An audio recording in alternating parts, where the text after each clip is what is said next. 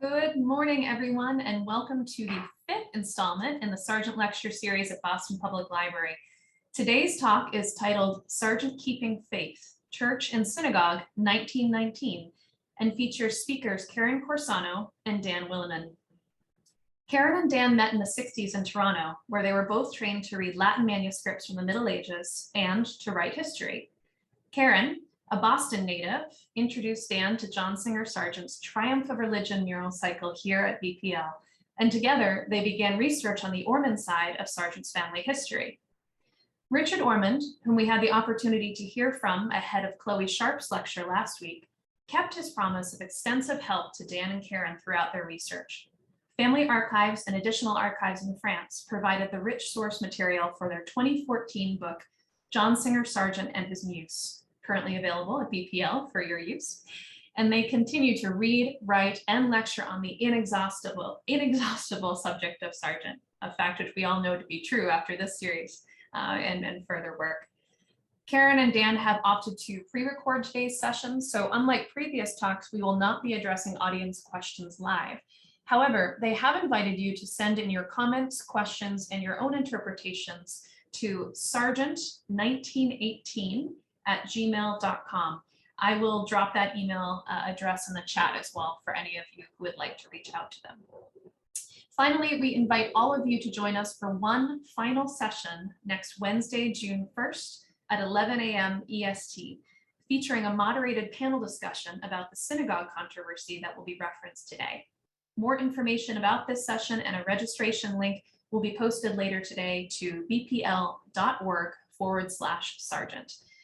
Without further ado, we'll turn it over to Dan and Karen's presentation. Enjoy, everyone. In May 1890, John Singer Sargent came to town to meet the trustees when this was just a construction site.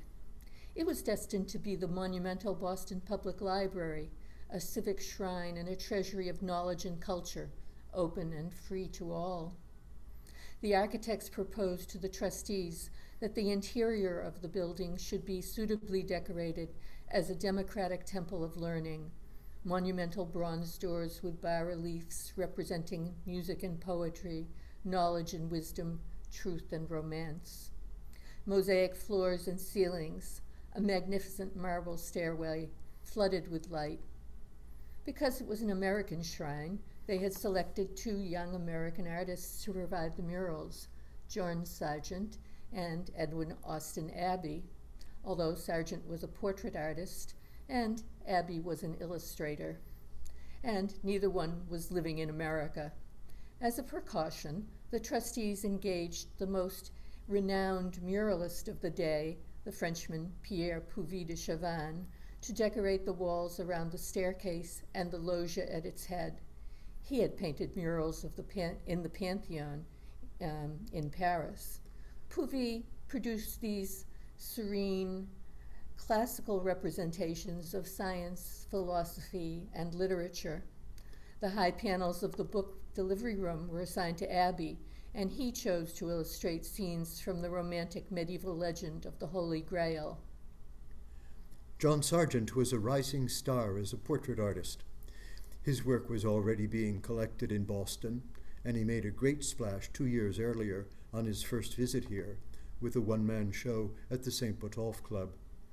The library trustees offered him the space at the top of the building in a high and narrow hall. This was the foyer of the special collections and exhibitions. Sargent meant to fill this space with impressive images to evoke the development of Judeo-Christian religion from monotheism to a personal spirituality that recognized God as a father and mankind as a brotherhood, alongside the evolution of Western civilization. The program was to finish with the simple, sublime image of the Sermon on the Mount. At the top of the narrow stairwell, we are confronted with the medieval Christian dogma of redemption. The ceiling lunettes along the west wall depict the final judgment, heaven and hell. The north wall shows the confusion of pagan deities in the arch. In the lunette, the might of God protects the Jewish people from their oppressors, Egyptian and Assyrian. Below, The prophets proclaim their messages of rage or promise, each one a Sargentesque portrait. Across the top of the east wall are lunettes representing the end of the pagan world, the teaching of the law, and the messianic age of peace and prosperity. On the wall, below those lunettes, on the left and the right, images representing the faiths of the Old and the New Testament, synagogue and church, with their medieval attributes. When Sargent named his whole program The Triumph of Religion, he did not mean victory and conquest. In European art history, triumph is a genre of mural paintings, a parade of symbolic images around a theme. For example, a triumph of Venus, a triumph of Marie de Medicis, these two among hundreds. This pair of symbolic figures have personified the Jewish and Christian religions and their faithful from the slanted viewpoint of Christian theology since the 12th century, under the Latin names Synagoga and Ecclesia. The names of abstractions are feminine nouns in Latin, and so these are images of women.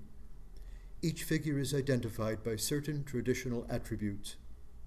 Ecclesia has her crown, pennant, and chalice. Synagoga has a falling crown and a blindfold and a broken staff. But Sargent's treatment was entirely novel, scandalously novel.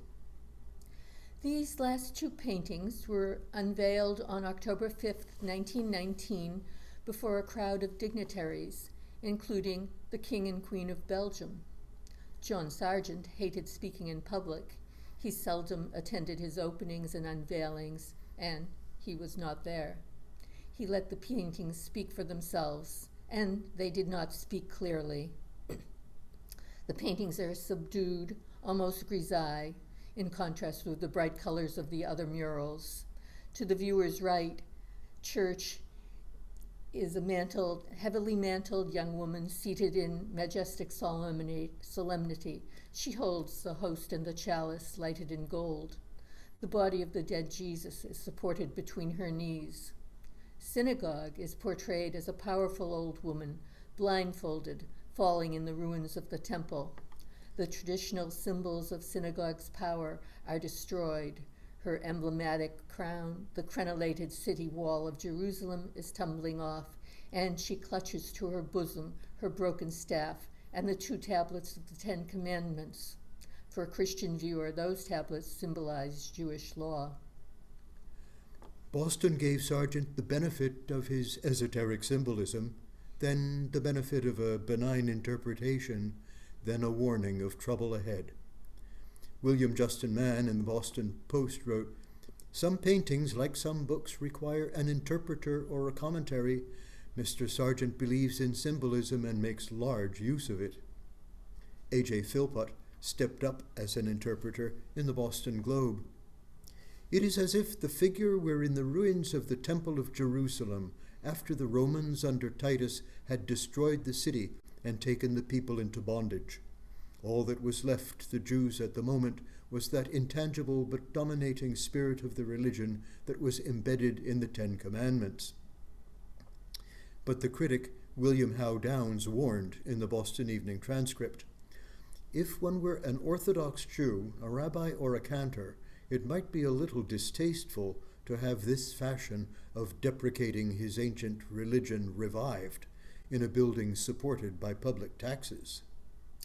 The local Jewish community did react with an escalating indignation, the Globe reported.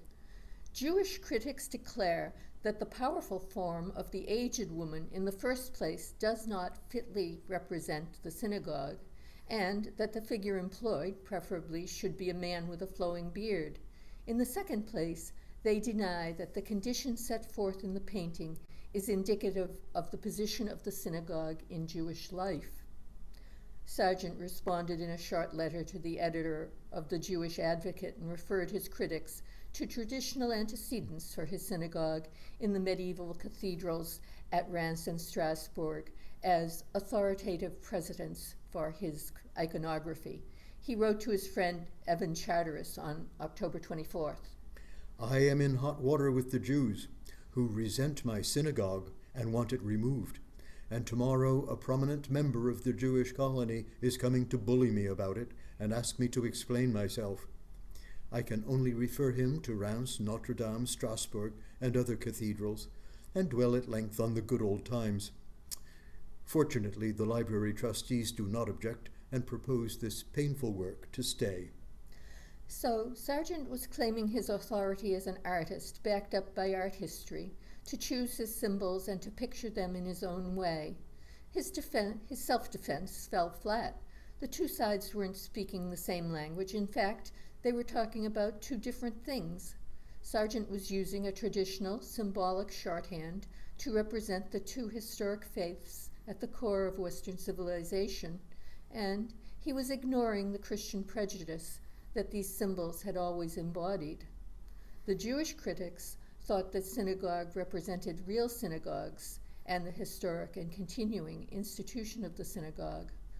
Dr. Israel Abraham schooled Sargent on how he should have used the old Christian symbolism. Granting that it was artistically admissible for Sargent to follow the common type, it was his painterly duty to follow the type accurately. Sargent's panel departs most markedly from the medieval tradition. The emotion aroused by the medieval sculptures is first a feeling of grief and then of gratitude to the tradition, which, while representing a conquered ideal, gave to the ideal qualities which rouse sympathy rather than contempt. No such feelings are provoked by Sargent's panel. There is no pathos. His woman makes one shudder. There is no infinity. Her crown seems to be falling off in a drunken stupor. There is no beauty. She's an ungainly, harsh-featured, repulsive-limbed monstrosity. All this is not traditional. The Jewish artist Rose Kohler, as if on cue from Rabbi Abraham, produced a fine large medallion with her own portrayal of synagogue as a brave, crowned young woman holding a Torah scroll, that's the Jewish symbol for the law, and an unbroken staff. She wrote, "In this century and in America, we have advanced sufficiently to cast aside the notions and prejudices of the Dark Ages." The debate spread, and the painting was condemned by rabbis as far away as Nashville and Chicago. The Central Conference of American Rabbis condemned the painting with its clear sectarian bias as contrary to fact and therefore unjust, and called for it to be removed from the public building. The Christian Federation of Churches and the YMCA joined in the condemnation, and politicians took it up. There hadn't been such a scandal in the Boston art world since the BPL trustees had to take down the Bacchante and infant fawn from the courtyard fountain because of the outcry over her happy amoral dance and her cheery undress. Sargent was ambushed by a reporter as he stepped off the gangplank upon his arrival back in Boston on May 5, 1922. Asked if he had any comment to make on the furor caused by his portrayal of the synagogue as an old beldame seated amidst the ruins of a temple, he replied in a London accent, "Oh dear no, I know nothing about it." But the Massachusetts legislature in 1922 passed a bill calling for the picture to be removed and used as an educational tool in the public school system. Governor Cox, running for re-election in September 1922, sought the Jewish vote by vaunting his courageous stand in favor of the so-called Sargent Bill, which makes possible the removal from the walls of our public library of the painting known as the Synagogue because of its offensiveness to our faith. The library trustees pointed out that Sargent's contract left him free to paint whatever he wanted, and that his work was funded through private donations and not by public money. Artists and cultural leaders, including many Jews, for example, the library trustee Louis Kirstein of Filene's, considered the painting just a reprise of a bygone medieval trope, created with no offense intended and from which no offense should be taken.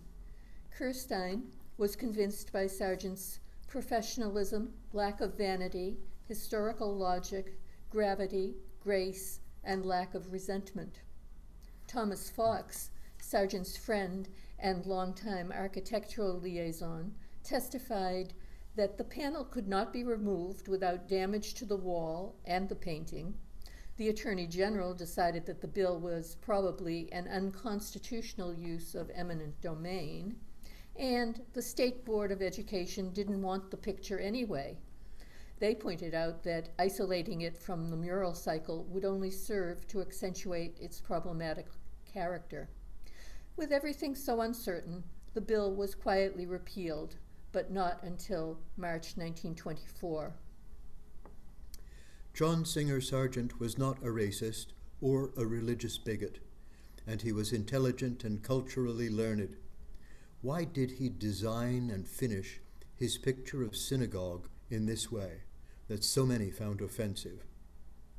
We think that he was confident that Boston would continue to give him the benefit of his authority, and we think that he was obsessed with his ideas and plans for his own private war memorial. When John Sargent installed these panels in 1919, he was keeping faith with his commitment to give Boston a picture of religion and civilization as a worthy decoration for the public library. This was the project that he considered the masterwork of his painting career, his artistic testament.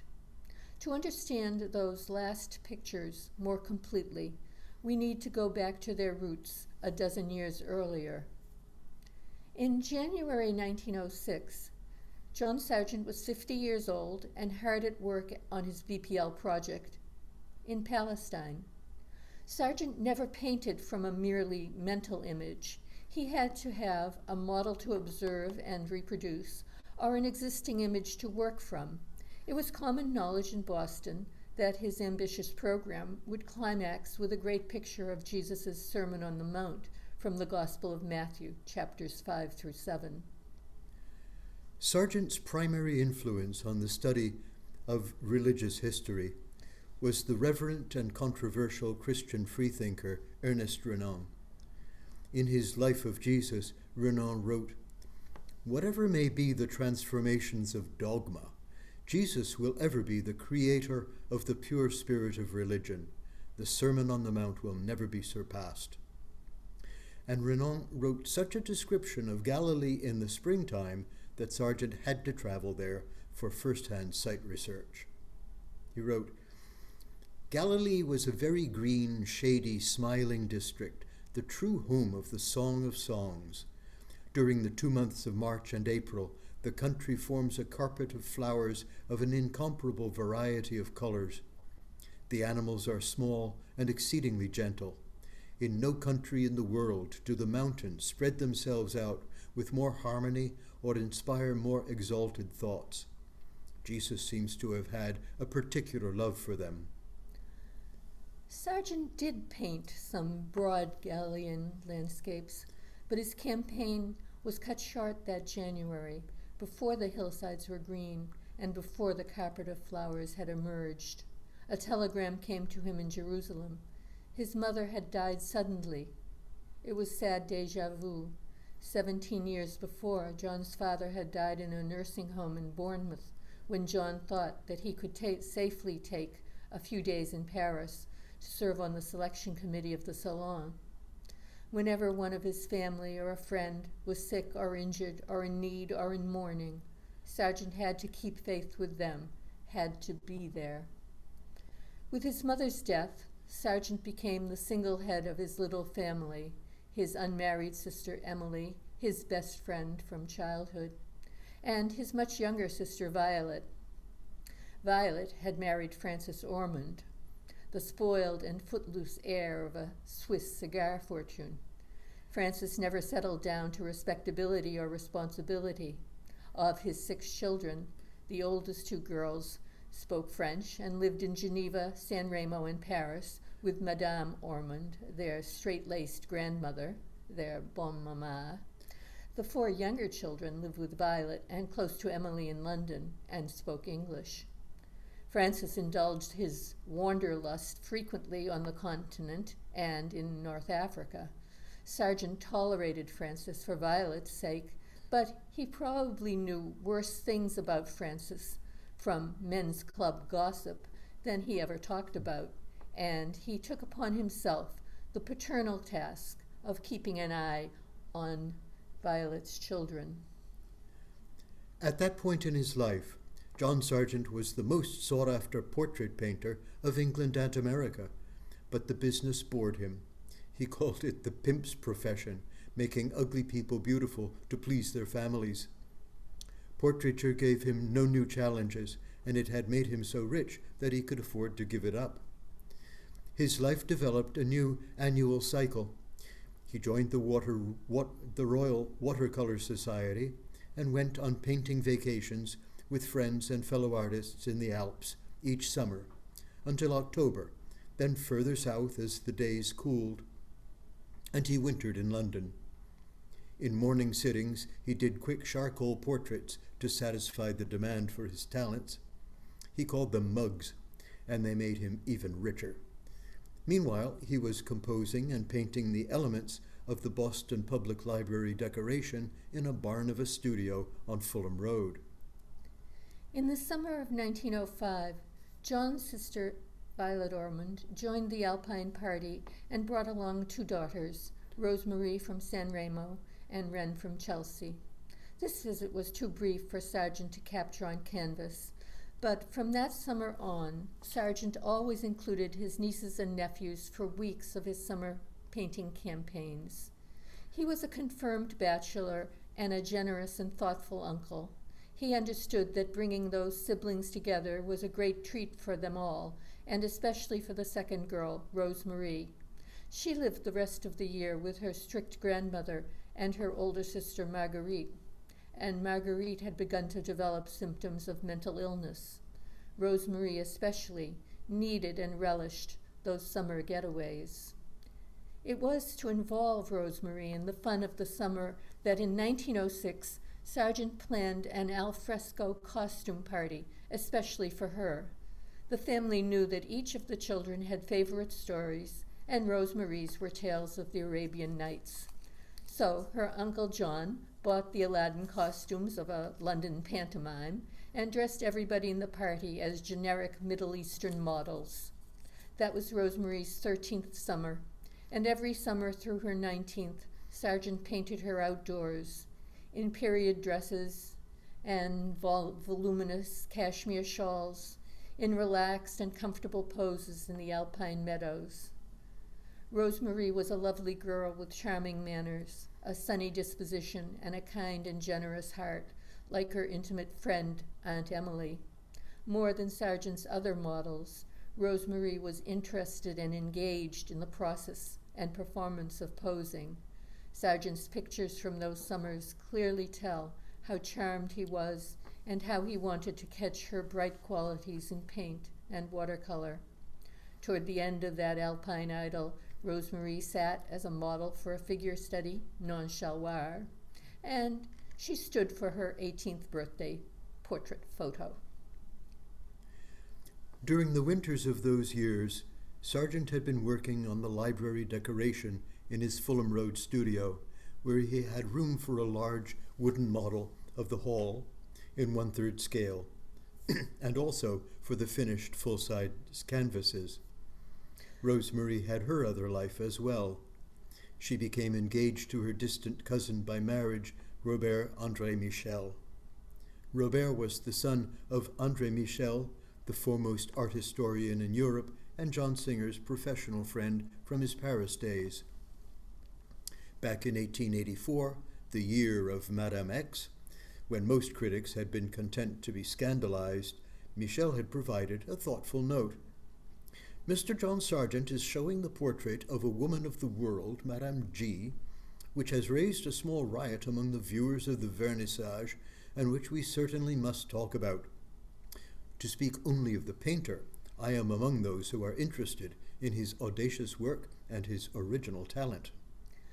Sargent was delighted with Rosemary's choice of Robert.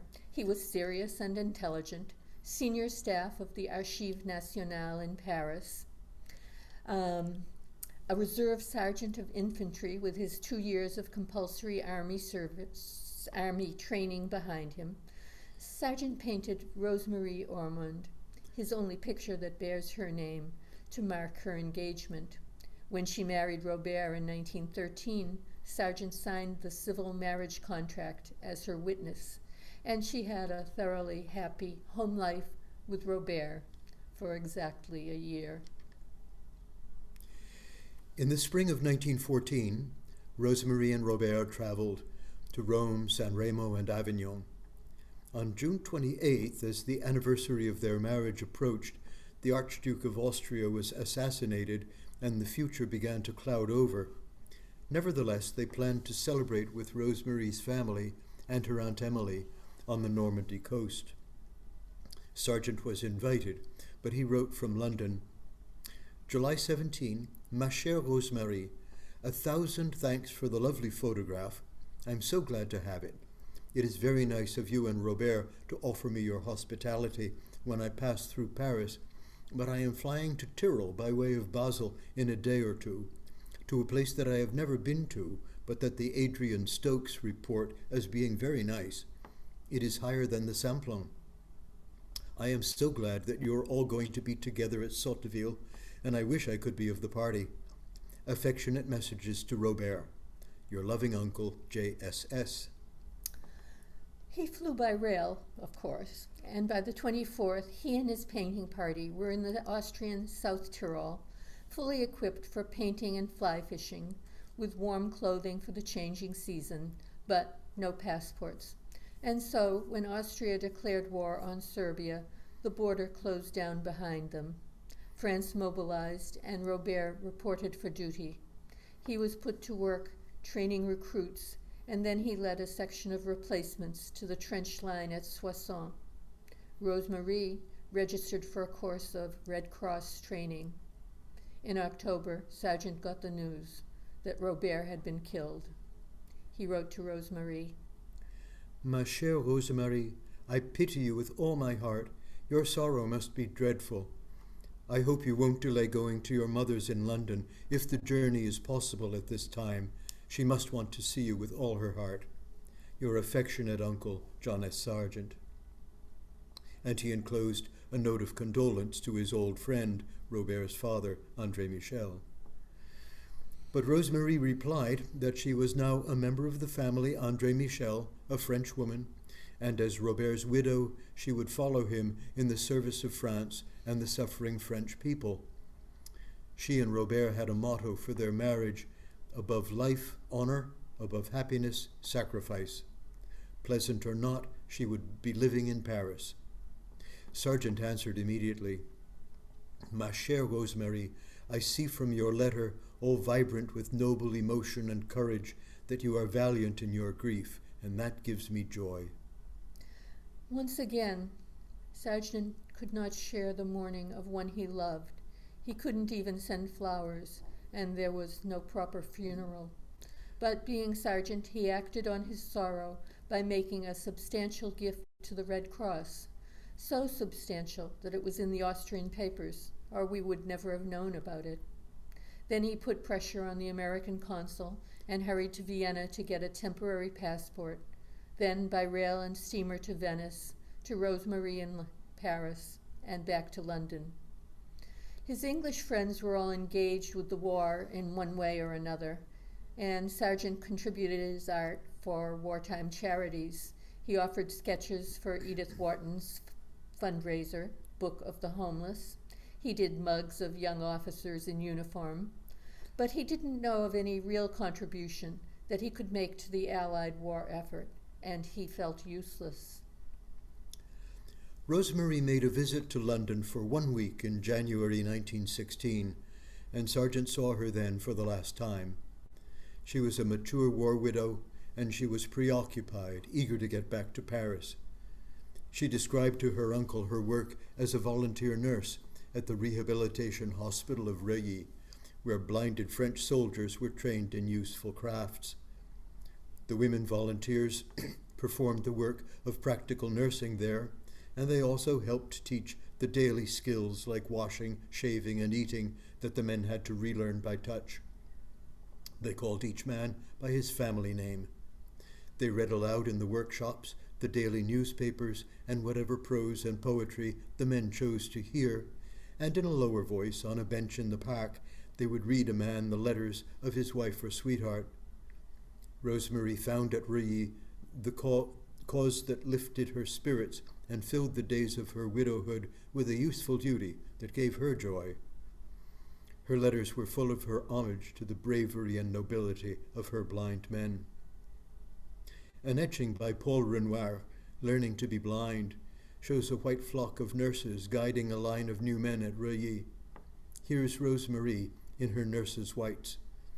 Sargent was seeing his Muse in a new, almost saintly character, the young widow devoted to a generous cause, her mourning turned into a loving dedication to her blinded soldiers. And that was the mental picture of Rosemary that Sargent carried with him back to Boston in April. In the hold of his ship were the canvases rolled and crated for the next library installation. 2 icons of Mary, the Marian Arch with the mysteries of the Rosary, and the 6 lunettes, the fall of Gog and Magog, the teaching of the law, the Messianic era, judgment, heaven and hell. But first Sargent took on the long task of reworking the moldings and lighting of the hall with Thomas Fox. Bostonians had been expecting a panoramic Sermon on the Mount on the east wall. Sargent had not begun that part of the cycle.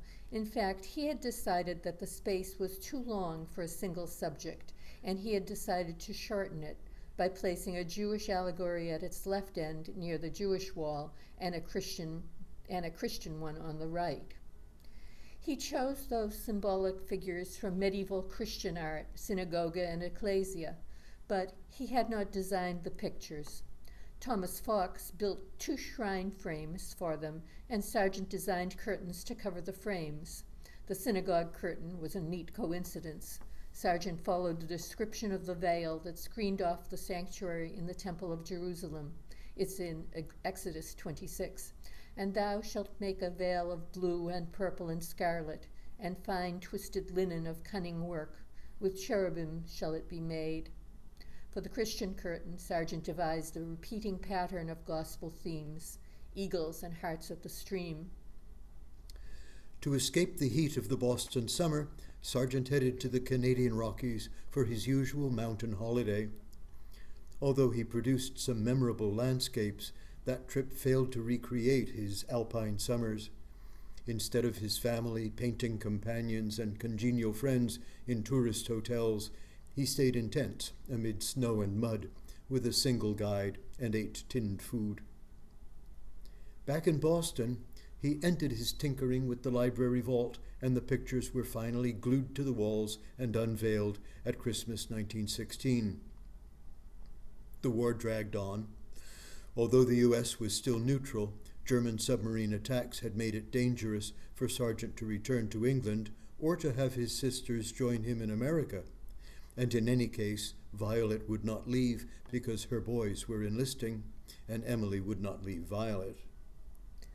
At the end of January 1917, Sargent used the force of his popularity and artistic authority in Boston to gather funds for the American Ambulance Hospital of Paris. He put up a fresh exhibition of his own work at Copley Hall, 10 oils, 6 watercolors, and 31 charcoal drawings of notable Bostonians, and Netta, an Italian reservist's wife. Fashionable Boston paid handsomely for tickets to admire the paintings, to be served tea by a lady Brahmin, and to see Sargent himself. For this cause, breaking his habit of decades, he actually attended his own show. When the U.S. declared war on Germany in April 1917, Sargent was in Florida painting John D. Rockefeller for a big donation to the Red Cross, and he added a visit to the brothers Charles and James Deering in Miami. They were building a vacation home called Vizcaya, and Sargent enjoyed painting the Italianate gardens and balustrades. He wrote, It combines Venice and Frascati and Aranjuez, and all that one is likely to never see again, hence this linger-longering. They took him fishing in the Gulf of Mexico as a guest on their houseboat Nepenthe, forgetfulness. But he was not forgetting that his sisters and his niece and nephews were in London being raided by Zeppelins, and Rosemarie in Paris being bombed by Gothas, while he himself was shirking the danger, fiddling at art, and vacationing in Florida. He wrote a wry note to Thomas Fox. The days and weeks fly by. It is disgraceful, and I am still down here. I think I mentioned before that I was induced to go on a fishing cruise of a week. Here we are in the Gulf of Mexico and still outward bound. Fishing is hard work, but the rest of the time it's very lazy and monotonous. The principal event is that I caught a tarpon over 6 feet long and weighing 149 pounds. My arms ache with pulling in various and heavy fish, but only one tarpon. I lost the others. Not a periscope so far, but some risk of being sniped at by patrols on viaducts. The new railroad viaduct was built to join the Florida Keys to the mainland. Now it carries U.S. Highway 1. In October, Sargent went to the White House to paint the president and gain another £10,000 donation to the Red Cross.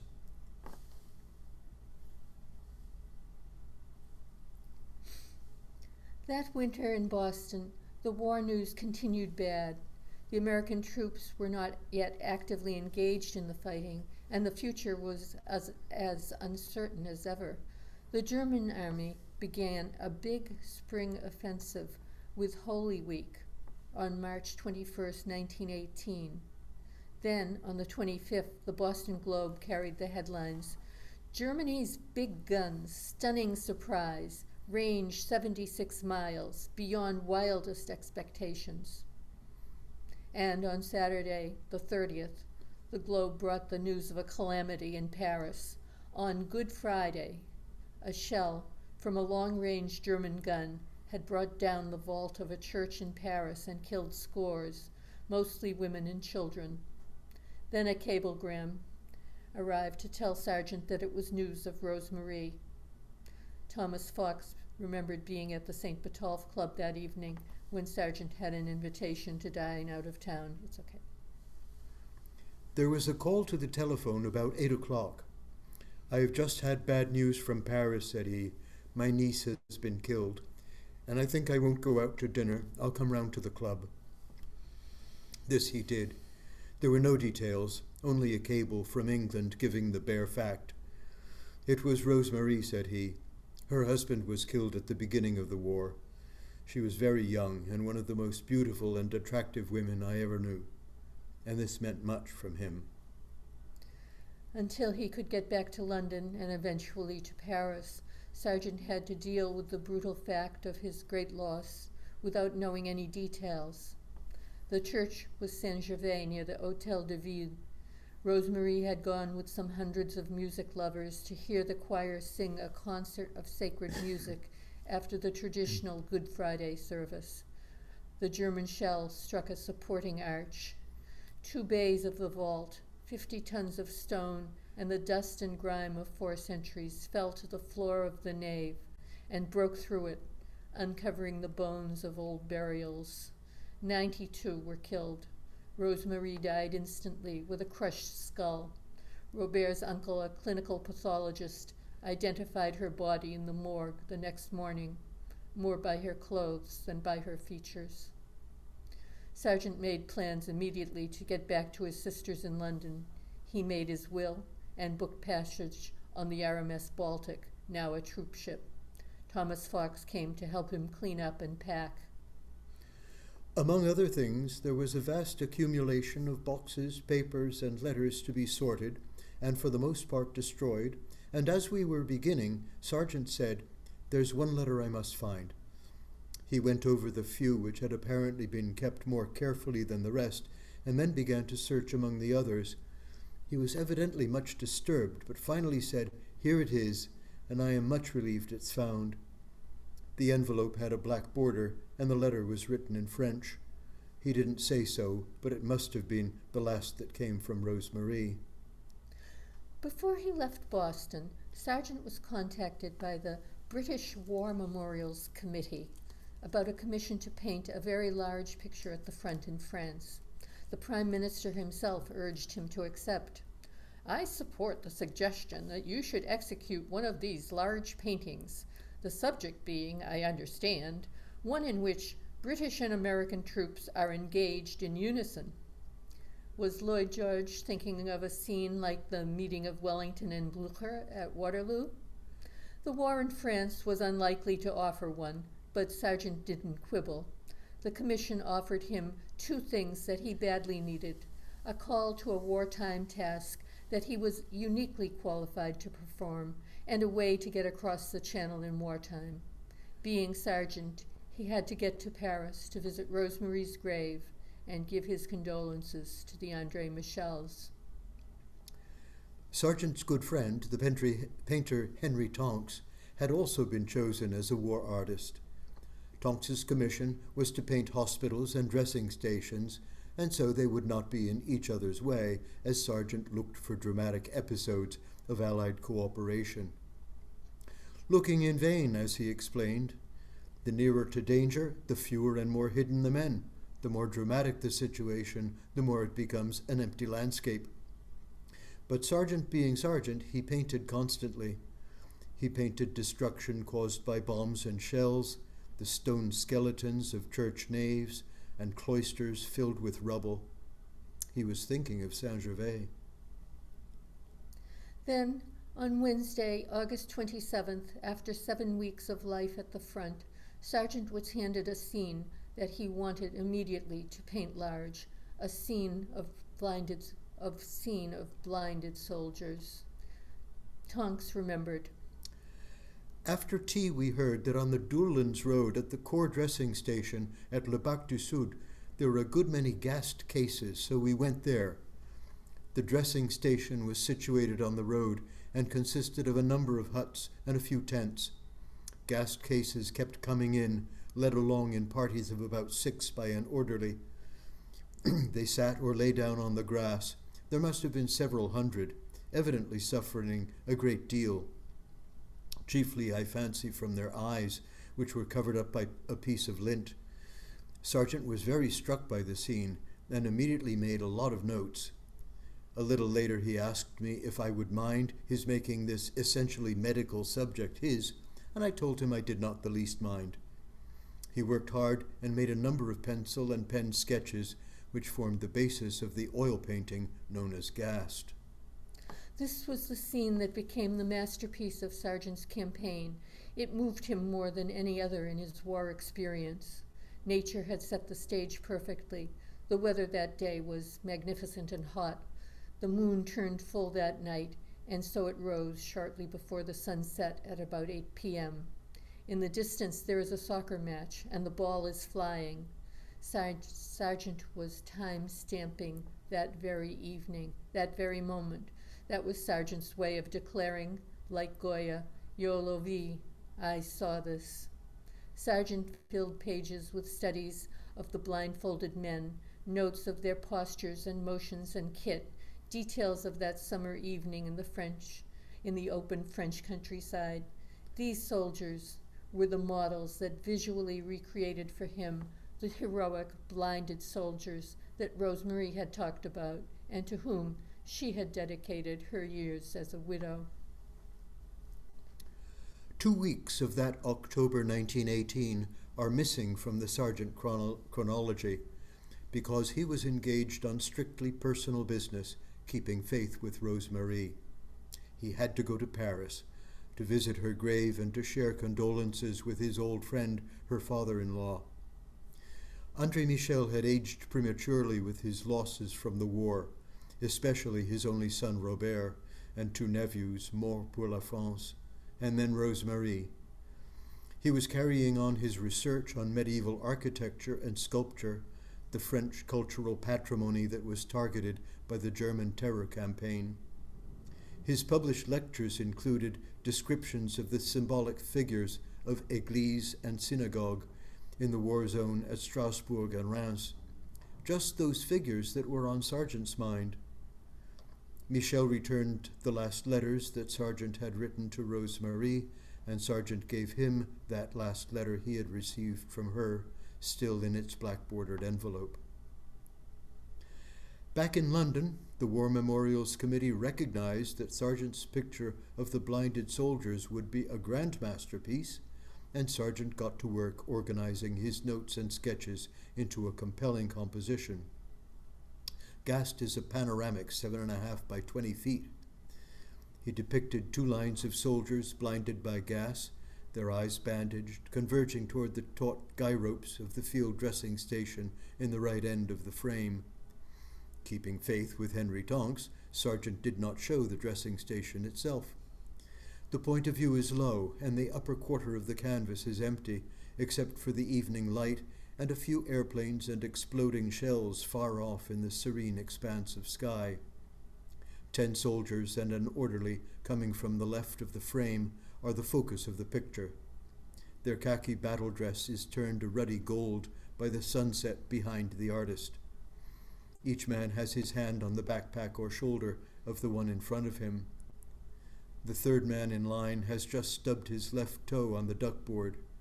He cannot tell how high the obstacle is, so he steps extra high to be sure.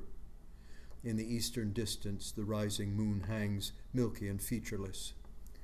Once Gast was out of his studio, Sargent worked into the spring of 1919 to finish his Boston Public Library task. He had new energy for it because he had decided how he would do the images in those 2 curtained frames, the medieval allegories of Jewish and Christian religion, synagogue and ecclesia. He no longer focused on the climax he had planned for the summary of Western civilization, the landscape of Jesus preaching his prophecy of love, peace, and compassion. Other streams of thought braided with each other as he conceived and finally painted those 2 flanking pictures in his studio in Fulham Road. The traditional attributes of those allegorical figures merged uncannily with his traditional attributes of those allegorical figures merged uncannily with his personal sorrow, and he became obsessed with the possibility of making a cryptic, private memorial of Rose-Marie and Robert, a war memorial, both universal and personal. Church is the English name for this allegory. In French, she is called Église, Latin ecclesia. The abstraction ecclesia was traditionally personified as a mature woman, invariably standing, crowned, usually with a pennant on a staff. Sargent's church is seated on a marble cosmetesque throne with inlays of porphyry, lapis lazuli, and gold. She is attended by symbolic attributes. Her hands are scrupulously covered with white linen as she holds, but does not touch a wine chalice and a monstrance with the host, the unleavened bread of the Eucharist. When those are consecrated in the Mass, the faithful believe them to be the body and blood of Jesus Christ. Behind her, the 4 winged creatures, man, lion, ox, and eagle, were taken from the prophecy of Ezekiel in the Old Testament, but they represent the 4 Gospels, the foundation stories of Christianity. Their names are in gold on banderols: Matthew, Mark, Luke, and John. Sargent's church is seated because he wanted to give her another symbolic identity. We recognize her immediately in her blue-gray mantle. She's Mary, the Virgin Mother of Jesus Christ, and she carries on her knees the lifeless, tortured body of Jesus as it was taken down from the cross and partly covered by folds of Mary's mantle. The corpse hangs by its arms from the knees of the mother. The inlays of the marble throne beside the right and left arms are captions of the scene.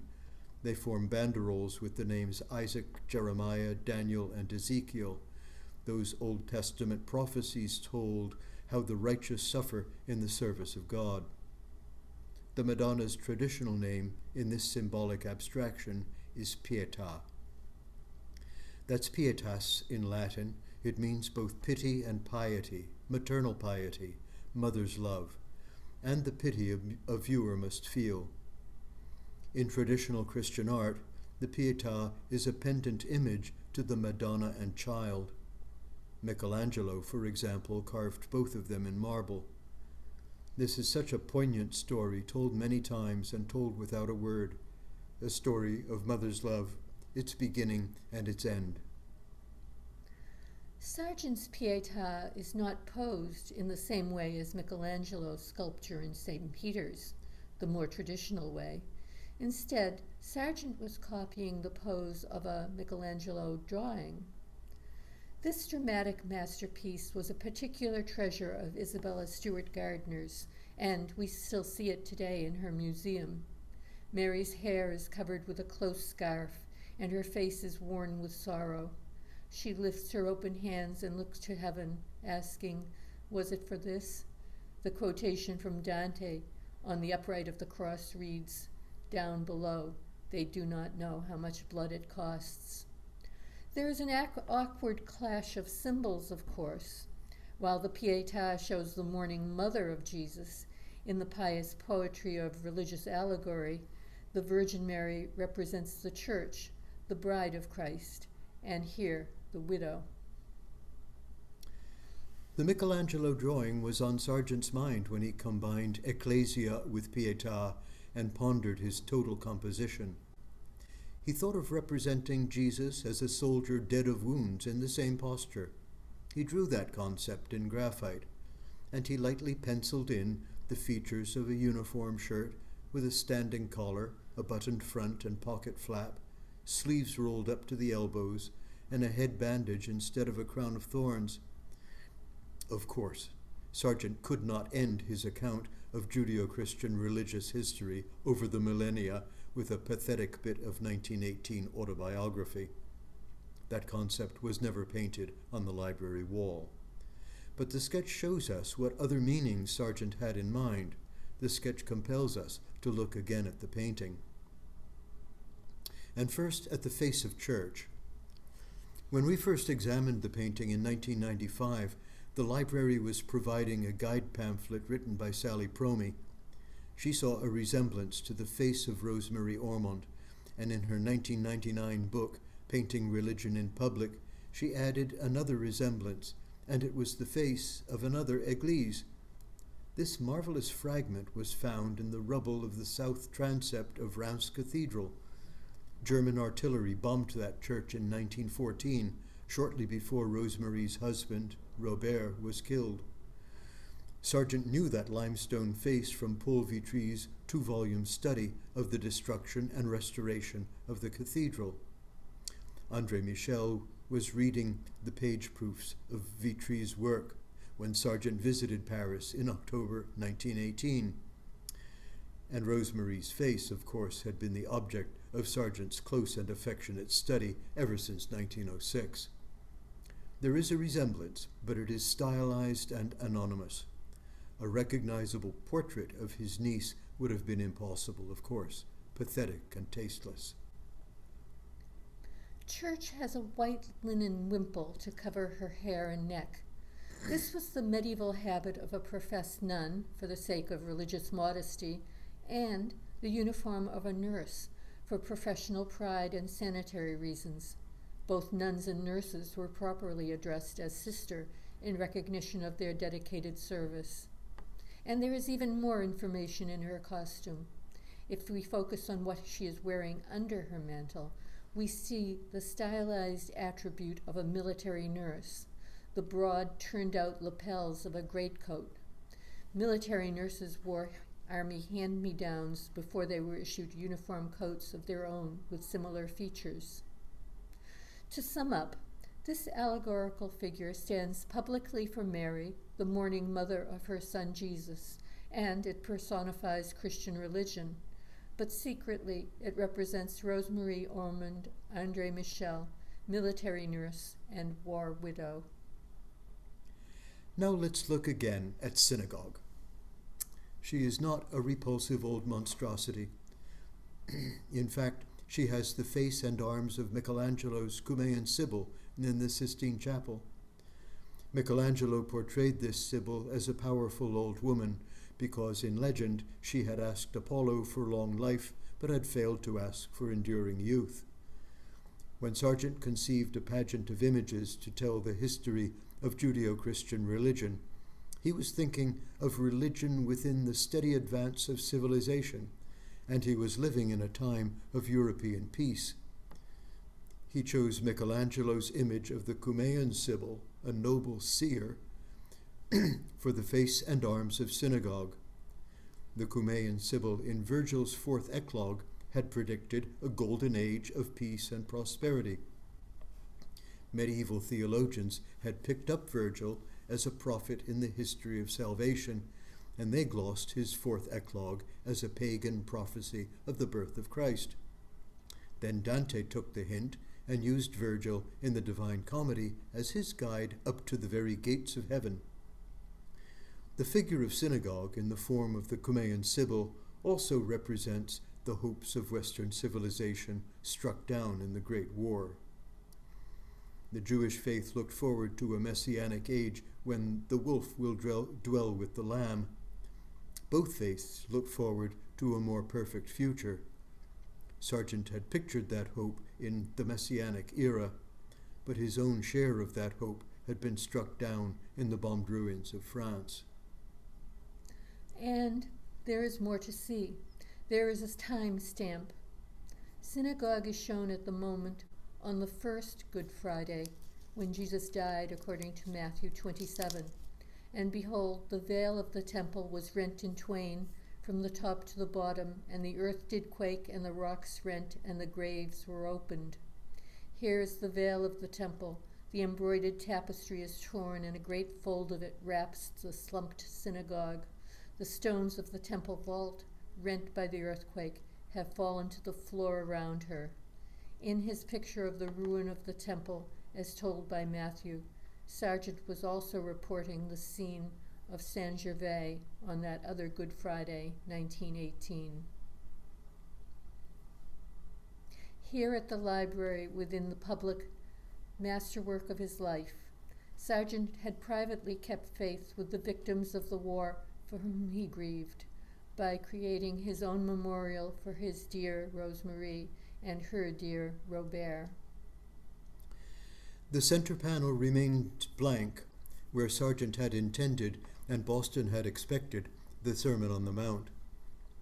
We think the war had destroyed his optimistic vision of the progress of civilization that was woven into his idea of the Sermon on the Mount.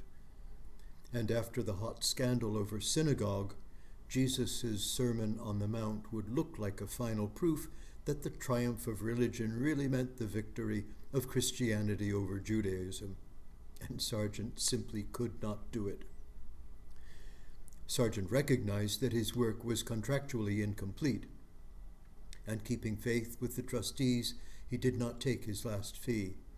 He did finish the mural panels for the MFA and Widener Library, and back in London he said to his artist friend Adrian Stokes, "Now the American things are done, and so I suppose I may die when I like." And so he did, in April 1925. Thomas Fox, who knew Sargent better than anyone else in Boston, wrote that the panels unveiled in 1919 completed his work. Sargent unquestionably felt that, all things considered, the hall looks best as it is. Thank you. Thank you. So much, Dan and Karen, for a richly structured and engaging and moving lecture. It really speaks to really the range of connections that these mural panels can make, not only to Sargent's life and of course the life and history of his family, but to stories that extend far beyond the walls of this library in Boston. So we're grateful to you. We encourage all of you in the audience to take a read, if you haven't already, of Dan and Karen's lovely book. We'll be sending out a link to that, I believe, in the lecture notes when it is posted, or the lecture becomes posted to our website. That would be www.bpl.org/Sargent.